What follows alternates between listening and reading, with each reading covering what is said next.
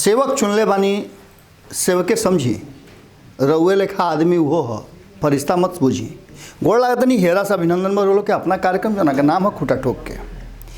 अब बिहार के राजनीति के एगो नया अध्याय शुरू होके जा रहा बा।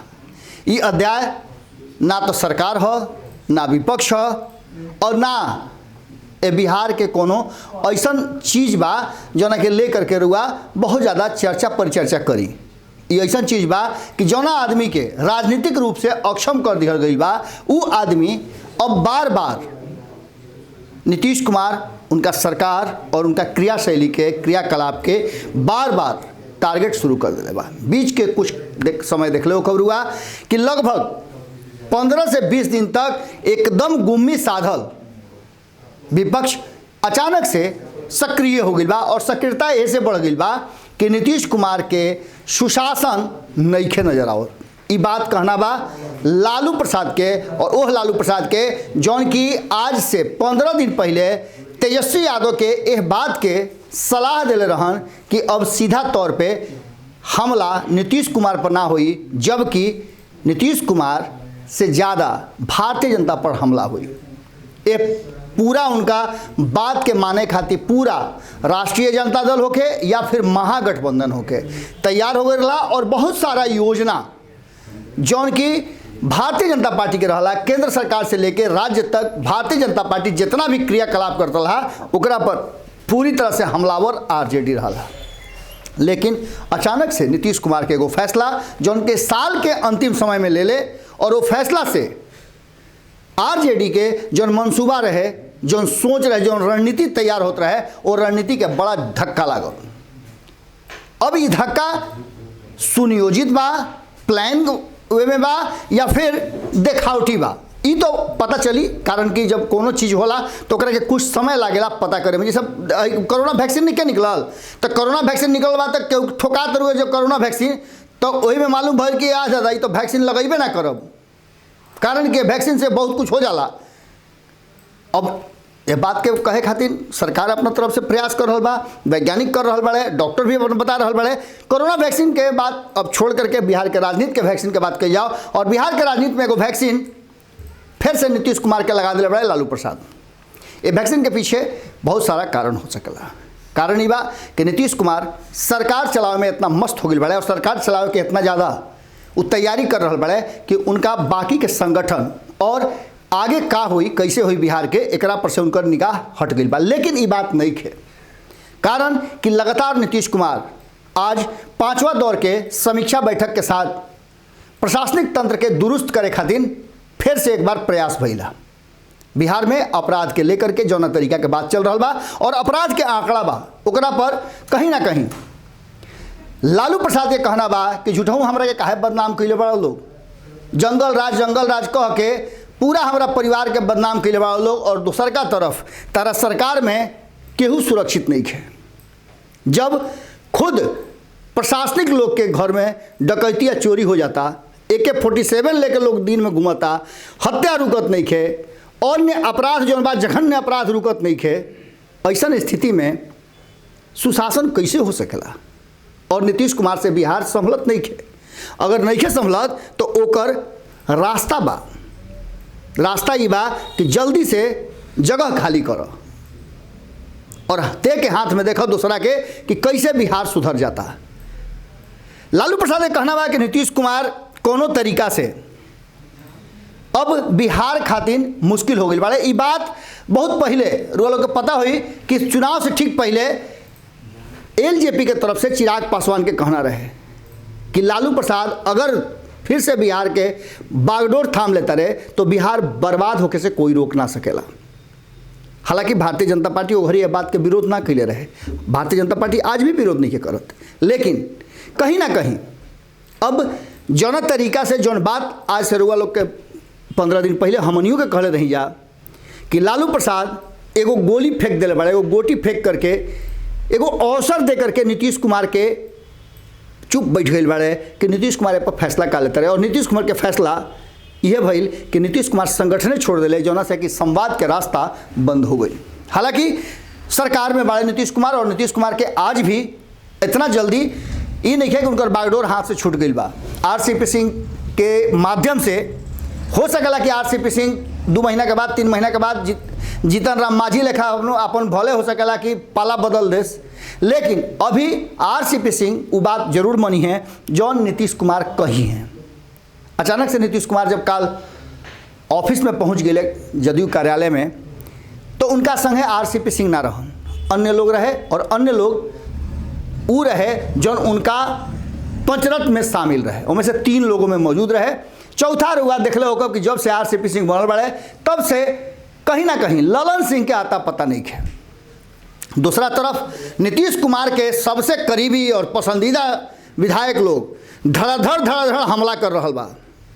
रुआ देख लो कि गोपालपुर के विधायक गोपाल मंडल कौना तरीका से हंगामा कर रहे हैं, उनका तो वीडियो भी वायरल भइल बा, ऑडियो भी वायरल भइल बा, और धमकावत भी बाड़े, गाड़ी गलौज तो खूब करता रहे। खैर वो सब चीज़ हमनी के कमे दिखाई ले जा, लेकिन इतना जरूर बा कि तरीका का अगर व्यवहार होता तो निश्चित रूप से नीतीश कुमार के कहीं ना कहीं नाकामी और कमी जरूर बा। ऐसा अगर बात हो रहा बा तो आरसीपी सिंह का तो बड़ा एडमिनिस्ट्रेटिव आदमी हवे, प्रशासन से आयल बड़े, बड़ा कड़क उनकर नीति नियम कानून बा, काहे नहीं कार्रवाई करत। अब तो ऑडियो वायरल हो गई बा, एगो ऑडियो वायरल भैला के चलते अनंत सिंह जेल में बाड़न। ऐसा बहुत सारा बात हो रहा बा। खैर ये तो बात जो बात और बिहार में चल रहा बा, लेकिन जहाँ तक लालू प्रसाद के सवाल बा, लालू प्रसाद ढेर दिन के बाद नीतीश कुमार से कुपित भैले है, और कुपित भके एगो ट्वीट कैले है, और ट्वीट में रुआ देखब कि बहुत सारा फोटो आयल बा। हम चाहब कि फोटोआ के तनी दिखा दिहल जाओ। एक साथे रुआ लोग बता तनी कि जौन ट्वीट कैले बड़े लालू प्रसाद, ओकरा में और बहुत सारा चीज़ों में शामिल होइल बा। ओकरा में शामिल होके में कई गो चीज़ बा जौना के ले करके लगातार नीतीश कुमार पर हमला के दौर जारी बा। और आज हम खूटा ठोक में ये सब चीज़ हम तो दिखाई ना, लेकिन दिखावल ऐसे जरूरी बा कि बिहार और बिहार के लेकर के जौना तरीका के सब बातचीत चल रहा बा, और एगो अवसर जौन कि बहुत लोग के ये बुझात रहे कि नीतीश कुमार के मन मिजाज बदल जाई, फिर से खाली वो उन्हें चल जाई हैं, लेकिन एकरा में कहीं ना कहीं नीतीश कुमार थोड़ा सा और समय दिहल चाहत रहे। रुआ याद हो कि संपादक नमन मिश्रा जी बात कहले रहन कि अगर कोई परिवर्तन होई भी तो नीतीश कुमार अभी करे के फेरा में नहीं खन, जब तक ले 2024 के चुनाव नज़दीक ना आ जाई तब तक ले नीतीश कुमार कोनो निर्णय ऐसा लेवे खातिर निश्चित रूप से थोड़ा सा संयमित और संकोचित होकर के ली हैं। कहल हो जा रहा बार हुआ देख लो भारत लाइव पर इहो बात कहल गई है कि आरसीपी सिंह जो बाड़े वो भारतीय जनता पार्टी के बहुत पसंदीदा नेता रहे हा, यही से उनका के प्रभार भी दिहल गई बा कि भारतीय जनता पार्टी के साथ जो तारतम्य बा वो बना रहे। ए बीच में जब ये बात समझ में आ गई लालू प्रसाद के, तो लालू प्रसाद नीतीश कुमार के अब जड़ खोदे के शुरू कर दिले। और ये बात वो जानता नहीं कि लालू प्रसाद बिहार के बहुत ही स्थापित नेता में से एगो हवे, वो चाहिए तो जगह जगह के रुआ खबर पहुंच जाई। एगो बात ही हो आरजेडी के तरफ से आई रहे कि जौन ये अपराध और जितना तरह के ई बिहार में बवाल हो रहा बा, एकरा पीछे कहीं ना कहीं भारतीय जनता पार्टी बा। वो चाहता कि नीतीश कुमार के बदनाम कर दी, और नीतीश कुमार के बदनाम कैला के बाद वो खुद सत्ता पर आवे के तैयारी कर रहा बा। एकरा बीच में लोग इहो बतैले रही कि लालू प्रसाद के बात के भी अब चिंता सता रहा बा कि भारतीय जनता पार्टी जौन समाज पर नीतीश कुमार और लालू प्रसाद के एक लंबा राजनीति चलल, वो समाज पर अपन डोरा डाले के शुरू कर दिले बाड़े। एक तरफ जहाँ ओवैसी के प्रवेश से मुस्लिम वर्ग, अल्पसंख्यक वर्ग जौन बा उन्हें शिफ्ट होखे लागल बा, 5 गो सीट आना यह बात के संकेत दे रहा बा। दूसरका तरफ एनडीए में एक भी अल्पसंख्यक के ना जीतना यह बात के बड़ा सबूत बा। दूसरका तरफ अगर देखल जाओ यादव समाज के जो MY समीकरण रहे, तो यादव समाज भी कहीं ना कहीं अब भारतीय जनता पार्टी अपना खेमा में करे खातिर तैयारी शुरू कर दिले बा। भूपेंद्र यादव, नंदकिशोर यादव, नित्यानंद राय, ये लोग के हो। अब तो रामकृपाल भी रहे हा में, लेकिन रामकृपाल चूँकि लालू प्रसाद के करीब से आई रहे हा, ऐसे उनका के पहिलका दौर में जब वो गईले पार्टी में तौना घड़ी खूब मान सम्मान मिलल, लेकिन दूसरका पारी में उनका के संटिंग में रख दिहल गई। अब रुआ देखत होगा कि नित्यानंद राय बड़ा तेजी से आगे बढ़ रहा बा, और इहो चिंता के कारण कहीं ना कहीं लालू प्रसाद के होके के चाहिए। और बा भी। लालू प्रसाद नीतीश कुमार के माध्यम से सत्ता में आवे के जो तैयारी कैले रहन 2015 में, उनकर तैयारी बहुत ही सफल रहे। लेकिन वो सफलता में नीतीश कुमार ऐसा ना गेम कैले कि जो ना गेम में कहीं ना कहीं फंस गईले, और फंस करके ये पूरा मामला नीतीश कुमार अपना पाला में करके और फिर से एनडीए के साथ चल गईले। अब नीतीश कुमार आवस कि ना आवस ये तो बाद के बात बा, लेकिन पूरा तैयारी जैसे कि रुआल देखना ही होगा कि सुबह के पंचनामा में नमन मिश्रा जी के साथ बातचीत के दौरान ये बात के हमने चर्चा कर ले रही जा कि आरजेडी ए फेरा में बा और ए फेरा में रहल भी चाहिए, कारण कि सत्ता पर पहुंचना सबके मन में हो सकेला, वही खातिर चुनाव होला, वही खातिर तैयारी होला। और ये तैयारी कहीं ना कहीं शुरू हो गई बा कि कैसहूँ नीतीश कुमार के सरकार गिरो भसो और महागठबंधन अपन सरकार बनाओ, और ये बड़ी पतला महीन डोरी पर चल रहा बा। हालांकि आज एगो और खबर आयल बड़ुए, जो खबर बड़ा महत्वपूर्ण बा कि जीतन राम मांझी के मन डोले लागल बा, उनका और कुछ चाहिए एनडीए से, और कुछ चाहिए अगर ना मिली तो वह जानते बानी कि छोट लड़का लेखा चूका में हाथी करे के बात करे लागेले, अगर नइखे रुआ से हो तो बात बिगड़ भी सकेला। उन्हें रुआ देखते बानी वीआईपी के का स्थिति बा, वजह भी खड़बड़ी मचल बा। हो सकेला कि भारतीय जनता पार्टी और नीतीश कुमार अभी तैयारी शुरू करस कि ने मंत्रिमंडल के विस्तार करब, तब तक ले होने खेला कोनो दूसरे मत हो जाए। लालू प्रसाद एक्टिव हो गई बाड़े और उनका एक्टिव होना, नीतीश कुमार पर हावी होना, यह बात के तरफ इशारा कर रहा बा कि कहीं ना कहीं भीतर खाना में योजना मजबूत तैयार हो गई बा और बरियार योजना लालू प्रसाद बनावत रहे। तो हमें लागल बनी जा, जैसे ही योजना के पता चल जाता रुआ लोग भी पहुँचाई जा, तब तक रुआ देखत रही भारत लाइव पर खबर के सिलसिला तक जानते बनी रुआ कभी ना रुके।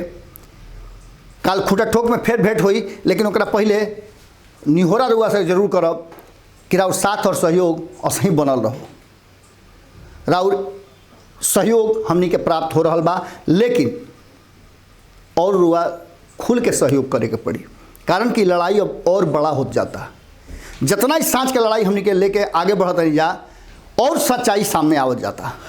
और जानते बनी रुआ कि जब सांच के खोज में चलब तो रुआ पीछे केहू ना रहला, रुआ लोग के छोड़ के केस पीछे आई। ऐसे निहोरा बा कि रुआ लोग सहयोग करत रही सब है। यूपीआई नंबर दिहल बा, अगर रुआ और कोनो माध्यम से कल चाहतनी हमनी के सहयोग तो वही नंबर पर रुआ व्हाट्सएप कर सकीले, फ़ोन भी कर सकीले, बातचीत कर सकीले, लेकिन सहयोग जरूर करी सब है, कारण कि सांच के लड़ाई रुआ लोग जिंदा रख सकीले। गोड़ लागतनी। अगर ये वीडियो पसंद आई और रुआ बिहार के राजनीति और बिहारियत से सरोकार रखेनी तो सब्सक्राइब बटन दबा के चैनल के सब्सक्राइब कर ली। ओजे एगो घंटी बा, ओकरा बटन दबा देला से कुल सटीक और मारक खबर रुआ मुफ्त में मिल जाई। अगर रुआ पत्रकारिता के हमनी के नया प्रयोग में सहयोग कर चाहतानी तो ज्वाइन बटन दबा दी। पेटीएम नंबर नोट कर ली 9386816700। धन्यवाद।